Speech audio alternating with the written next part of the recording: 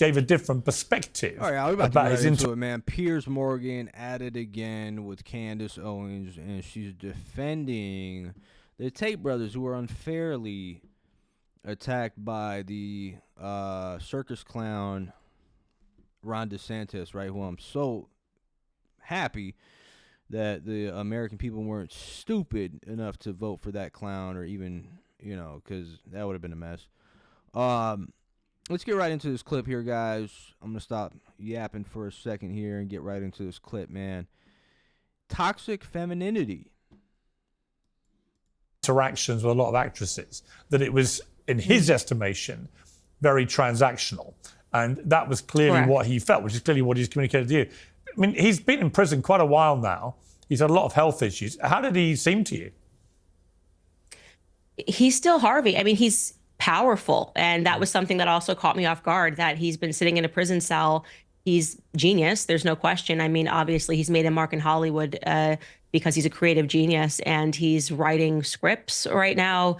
He believes that he will be freed one day, because you have to have that perspective. You have to have that positive perspective, or you would become, I think, probably mentally unhealthy. And so it's interesting. We are so different in many ways. But I've grown to understand the business side of Harvey, and you can definitely sense that he's optimistic about the court having overturned it. And I think the same will happen in Los Angeles, which to me was the most egregious, verdict in all of it. And the New York ones are pretty hideous. And it really just shows you the power of these social justice movements that pursue social justice, but not true justice, which means they just need someone to hang at the end of the day after a movement grows too big. And Harvey was the person that they moved to hang for Me Too. I mean, that dovetails neatly with Andrew Tate, who was on your show after he left Romania recently. Again, I've interviewed him a number of times. The Tate, a lot of people think here, let's play the clip from Andrew on your show first, and I'll ask you a question about it. Let's pretend this is about law and order, and they're truly concerned for the citizens of Florida. Then follow me around with secret police and investigate me in quiet. And if you find something, arrest me. Why the song? Why the dance? Why the press? Why the public? Why are you doing all of this if you're not trying to divert people away from the important things? The important things, like all the actual crime and corruption that's happening. I mean, do you feel they are also, him and his brother, unfairly targeted by, if you like, the all-embracing Me Too movement?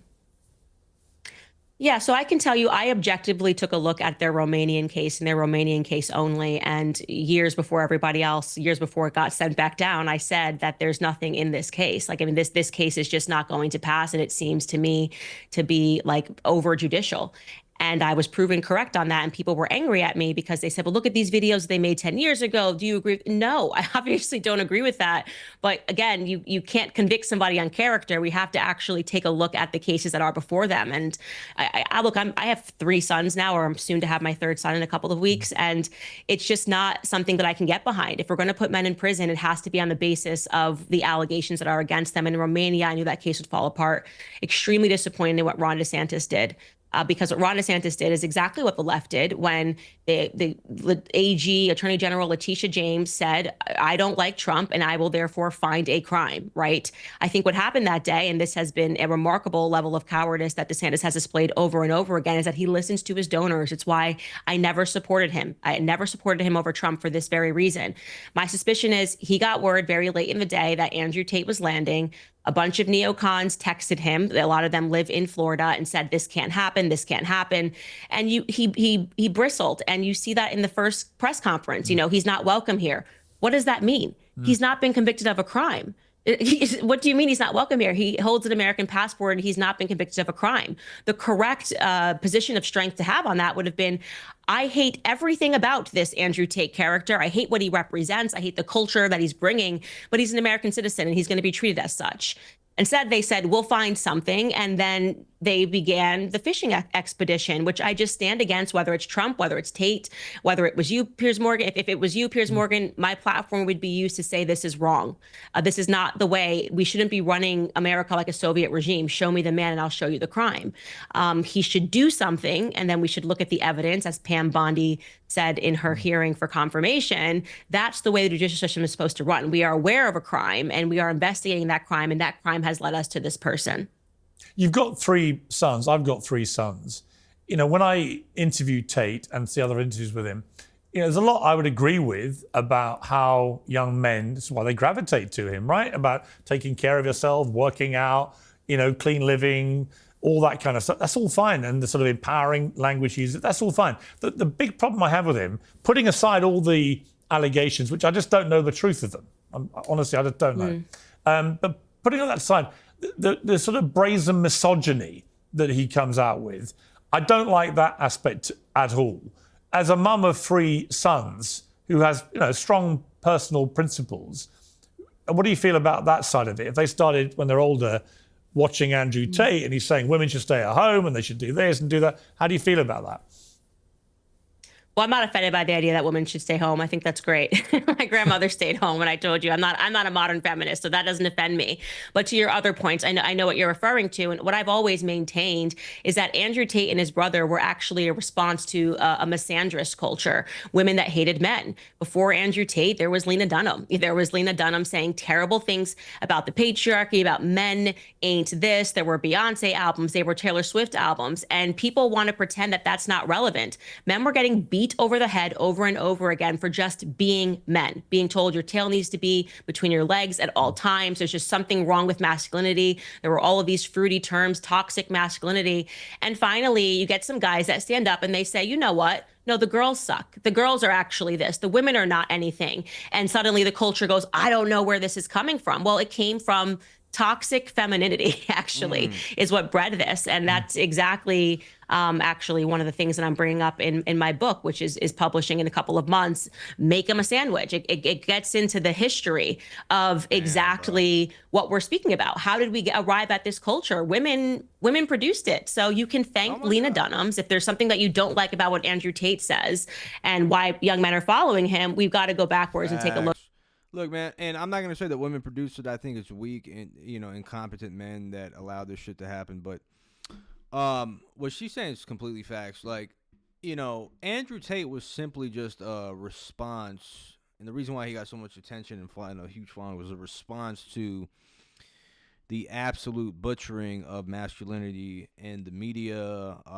Literally for the past, you know, it's been happening. Obviously, the women's suffrage movement and all that shit, and then you had the feminist movement, and then now it's become like in the early 2000s the radical feminist movement, where you've had a culture that's been, you know, bent on shitting on men, gender roles, you know, toxic masculinity, because everybody's living in their safe ass home until some shit pops off or a war happens, and now they want the men to be toxic, right? They're fine and they're cool with men playing the, you know, feminine role until shit goes down, and they're like, hey, I don't want to go to war now. I want to stay in the kitchen and do what I have to do, and you know, you could go handle it. Oh, really? But you wanted to, you know, you were shitting on that whole toxic masculinity shit. And really, it's the people heading this movement is women who are, let's just say they're burnt out of, you know, the lifestyle that they've led. Either they've led a very promiscuous lifestyle that has caused them to burn out. Their SMV has dropped significantly as they age, and their options are very limited with the high status men, because you notice the ones that are in loving relationships, they don't have much to say, really. You know what I mean? So they're more so like, they're not out there, you know, trying to write books and publish, you know, essays and shit like some of these other, like Linda Dunham and all these people she was talking about, who are literally trying to, you know, they're you know, monetizing this shit. They're not out here on that type of energy. You know, they're content Now you have a fringe minority, which was given a huge voice by who the fuck, like someone like Ron DeSantis, who probably likes to get cucked, you know. And now they've sort of taken over a lot of the media. They're really being pushed by a fringe element, which we call the deep state, or the globalists, the psychopaths that are trying to destroy the, you know, the family, pretty much the family orientation. And so these people are on a mission to do that. And so, yeah, Andrew Tate was just a response to that shit, right? And look what they did to Tate. I mean, they put this guy through hell, putting false cases on. Even Trump. Look what they did to Trump. All of a sudden, some random people that were random women coming out of nowhere saying, "Oh, Trump assaulted me 20 years ago."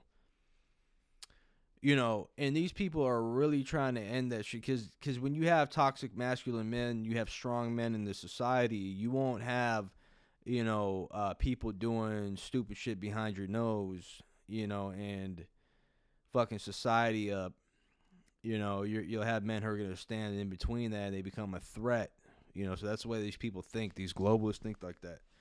They think like that. They're like, oh, if we have a group of strong masculine men helping each other, sharing ideas, you know, calling shit like it is, being toxic, shit, we're not going to be able to dupe all these people into being slaves, right, to our society, which essentially, like, we're slowly becoming that. We're slaves to this fucking phone already, right? We're slaves to our subscriptions. We're slaves to dating apps, to Instagram. We're going to stop. We're slaves. Some people are slaves to their fucking wife, bro. It's sad, right? And we're not going to be able to stop that, you know. We don't want to stop that. We don't want dudes waking up and listening to Andrew Tate, who is literally just talking about self-improvement. You know, he veered off into some crazy shit, yeah, but, I mean, that just comes with the territory. But really, the guy was just preaching self-improvement. Right. Know what you guys think in the comment sections down below, man. Shout out to Candace Owens, man. Shout out to Candace Owens.